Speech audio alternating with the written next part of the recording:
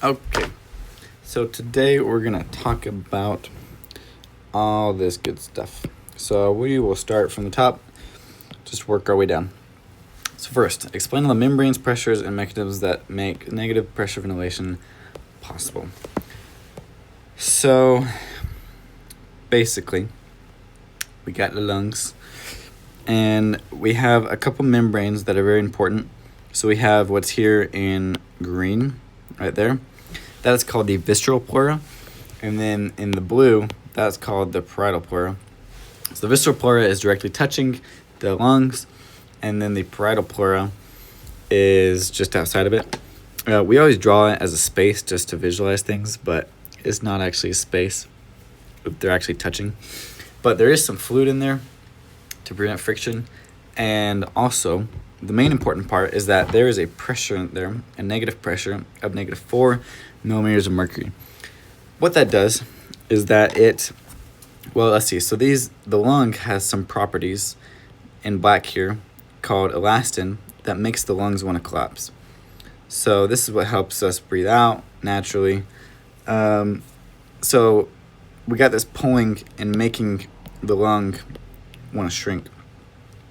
However, this negative pressure keeps that from happening because this negative pressure is more negative than basically everything else. So it's going to act as a vacuum and suck this back out and resist those shrinking forces. And this is important because without it, the lung would just collapse. And that is what happens in a pneumothorax. I'll just skip ahead real quick and then I'll come back. So in a pneumothorax, basically we have a puncture, maybe from, I don't know, some puncture, bullet, I don't know, get stabbed, or you break a rib, the rib punctures it. Basically, we puncture a hole in this pleural cavity, and then it's like a spaceship or something in space. You poke a hole, and the air just like rushes out. Same thing here. You poke a hole here, and that negative space, air is just gonna rush in there because gases follow high to low concentrations or pressures. Yeah, high to low pressures. Sorry. So air is gonna rush in there and equalize this and make it the same as the atmospheric pressure. So when that happens, we have, that's what a pneumothorax is. And it basically just takes away the vacuum, and so the lung collapses, which leads to a lot of different problems. So that's a pneumothorax. Now back to how negative pressure breathing works. So under here, I should have drawn a diaphragm. So this is a diaphragm. So it sits right under the lungs, and what happens is that when we breathe in, our diaphragm, this is in a relaxed state right now, but when we breathe in, the diaphragm flattens, so it flattens down, and it increases the volume in here. I think this is Boyle's law that says that when we increase volume, pressure decreases. So if we increase the volume in just this, cavity in our bodies, then the pressure in the lungs is going to decrease. So it's going to decrease to about 1 minus what the atmospheric pressure is. So if this is 0 and this is 0, this is -4.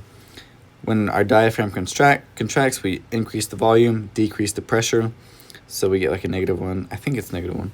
And basically that little pressure difference is going to cause air to rush into the lungs.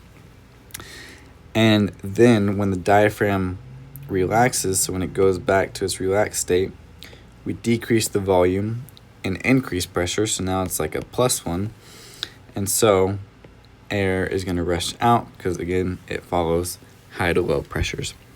So that is how negative pressure breathing works. Yup.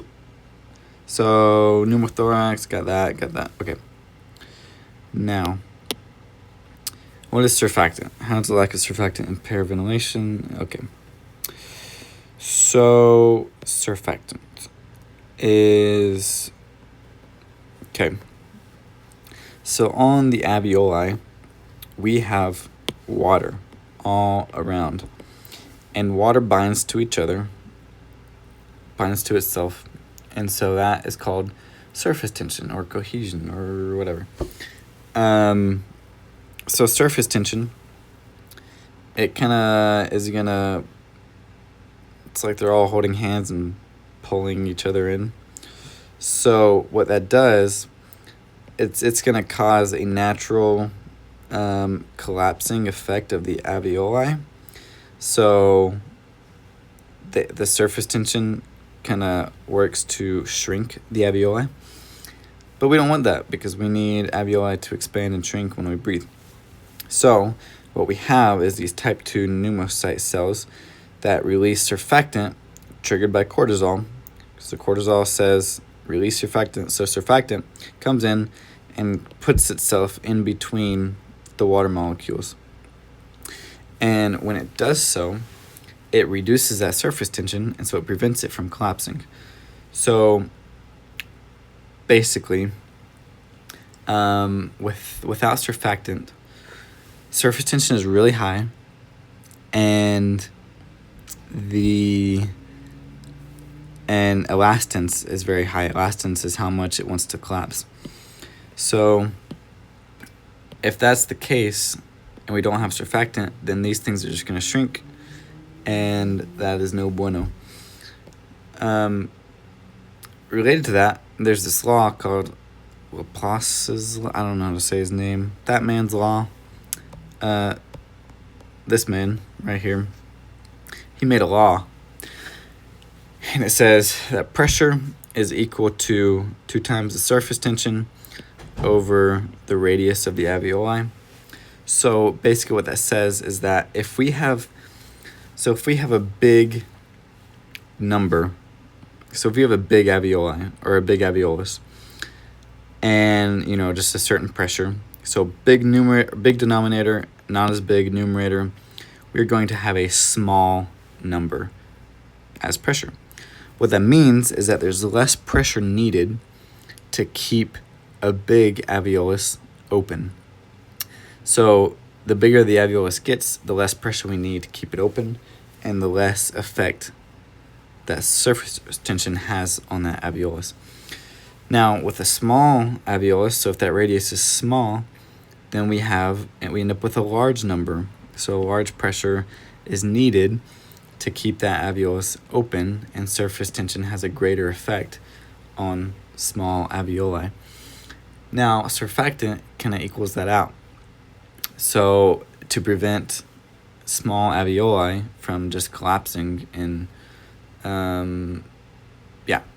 so it prevents that, so that we are able to maintain more constant pressures to keep things open, and I guess more constant surface tensions.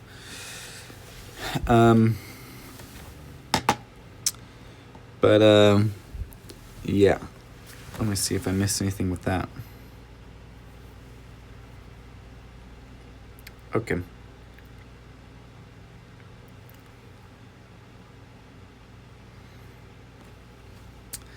Now, alveolar gas equation, how it can be used clinically. Okay. Basically, alveolar gas equation is this. So this is the pressure in the alveoli of oxygen. This is the amount of oxygen we're breathing in, like the percentage, I believe, of... So like the atmosphere is made up of a bunch of different gases. This is just the percentage that makes up oxygen. Multiply that times the pressure of the atmosphere times partial pressure of water, minus the arterial pressure of carbon dioxide over the exchange rate. So basically how much oxygen we're using in exchange for CO2. So at normal levels, that is 0.85. This is 40, which we'll go into in a second. And these are these numbers. So if we multiply that together, we get 102, which makes a lot of sense. Later, we'll talk about the different pressures that are involved in gas exchange. But this is important clinically because we can compare this number. So this is how much, or this is the pressure of oxygen in the arterioles, in the alveoli. And we can compare it to the measured pressures. So we can measure pressures in the arterioles. So we got PaO2 is the alveoli, and P little a O2 is in the arterioles. So if we compare those two numbers, so PaO2 is going to so that pressure, oxygen is getting pushed from the alveoli into the arterioles, so it's going to equal out the pressures. So if we have 102 in the, so if we have 102 in the alveoli, and then in the blood, we have a lower pressure of, I forget, is it 40? Yeah, 40. So if we have a lower pressure of 40, this is going to equal out. So the pressure, again, follows high to low. So it's going to equal out, and this is actually going to become, I think the average is like 95 or something. Anyway, anywhere in a normal range is 80 to 100. And so so we can compare these two numbers, and these two numbers should be similar. And if it's not, if this is much lower, then the P big AO2 in the alveoli, then we know that something's wrong with gas exchange. So that's how it's used clinically. So we can solve for this, what it's supposed to be, and then we can measure this in their blood and compare them. And if there's something wrong, then we can figure out what's wrong. Here are some things that could potentially be wrong with them if there's something impaired. So basically, oxygen is just going to have a hard time crossing. That's usually what the case is. Okay. CO2, okay. Got it. So, gas exchange. So basically, it's all driven by pressures. And hemoglobin is the transporter, or red blood cells, but specifically hemoglobin in those red blood cells are the main transporters for oxygen. So basically what happens, in the alveoli, we have a pressure of 104 milliliters of mercury in the alveoli for oxygen. Again, it goes high to low, and here we have it as 40. So that is going to diffuse across, and it's going to equal out this level, which goes to about 95. And so when that happens, oxygen comes and binds to the hemoglobin. It's got these 4 little different spots for hemoglobin, 1, 2, 3, 4. And yeah, so I guess to explain before that, so maybe we'll start here. So we drop off oxygen. Oxygen comes off. We got a high concentration of CO2 in the tissues right here at a pressure of 46. And in here, it's 40 for CO2. So it's going to diffuse across, and oxygen at the same time that oxygen is leaving. So when oxygen leaves, it increases the affinity that hemoglobin has for carbon dioxide. So oxygen leaves, carbon dioxide comes on, And then when it comes up here, carbon dioxide comes up fully loaded on hemoglobin, and then the pressure differences are going to make it hop off hemoglobin. So it goes from 45 to 40, so it's going to go this way. So carbon dioxide hops off, or I don't know if it hops off or oxygen kicks it off, but it goes off, and oxygen comes and takes its place because the pressure, again, it diffuses down its gradient. Now, there are a few other players in this thing, in this party. So hydrogen, we learned this equation a while ago. So basically here, or no, actually we'll start down here. So here we have a bunch of CO2, right? We're at the tissue levels. We're trying to get rid of CO2 there. So we got a bunch of CO2 built up. So that CO2 is going to mix with water, and the reaction is mainly going to go this way, which creates bicarbonate and hydrogen ions. Hydrogen ions come and bind to hemoglobin, which kicks off oxygen. Acidity is one thing that decreases hemoglobin's affinity for oxygen. So basically, hydrogen is going to come on. It's going to make oxygen want to leave more, which is good because we want oxygen to leave more. We want it to go into the tissues. So that comes up, and it travels up with the CO2. So it travels back up to the lungs. Now this is binded here, and then carbon dioxide starts to leave, and then hydrogen starts to leave as bicarbonate is pumped into the cell in exchange for chloride, I believe. So, or no, maybe that's when it leaves. I don't know. Anyway, regardless, bicarbonate is pumped into the cell, and this hydrogen that was on the hemoglobin comes off, combines with bicarbonate, and makes more CO2, which is perfect, and it's in the perfect spot because this is just the spot we need it for it to leave and go back out through the lungs. So, yeah. And then down here, bicarbonate is leaving, going into the blood. And that's actually where most of the CO2 goes. That's what most of the CO2 turns into, like 70% of it. Yeah, 70% turns into HCO3. Anyway, so that's what happens there. There's some things that can decrease the affinity that hemoglobin has for oxygen.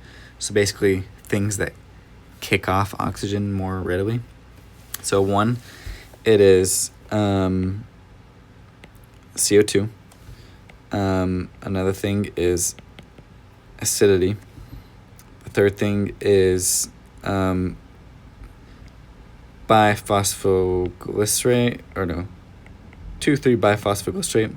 Basically what happens with that one is that this is 2,3. So we have 1,3-biphosphoglycerate gets turned into 2,3, and this, something about the orientation of it, I don't know. We don't learn that much. It forces hemoglobin into the T state, which I forgot to cover. So T state means deoxygenated, deoxy, and then the R state means oxygenated. So it forces hemoglobin into the T state, kicking off oxygen, which shifts the graph, this graph to the right. So if we're looking at pressures, so we start with high pressure. If we start with high pressure, that means hemoglobin is going to be basically fully saturated. But as the pressure decreases and decreases and decreases and decreases, eventually the saturation is going to start to decrease. So that's why when we go down the gradient, so when we go down here, when we go down to the tissues, the pressure is decreasing all the way down to 20. So because that happens, the saturation of oxygen on hemoglobin is just going to decrease, which is good because we need it to come off hemoglobin at the tissues to supply the tissues.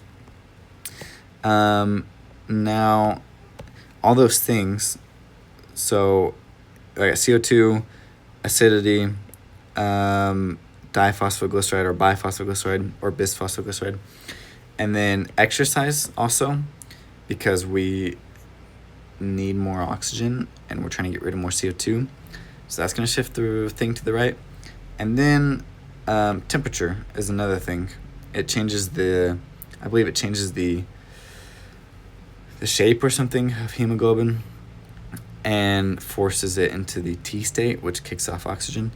So these are some different things that decrease hemoglobin's affinity for oxygen, shifting the curve to the right, which means that oxygen is kicked off more. So we have less saturation. Yeah, less saturation. This is normal. There's some other things. Basically, the opposite of all those things will shift the curve to the right or to the left, which means that hemoglobin holds on to oxygen a little tighter. Let me make sure that was it.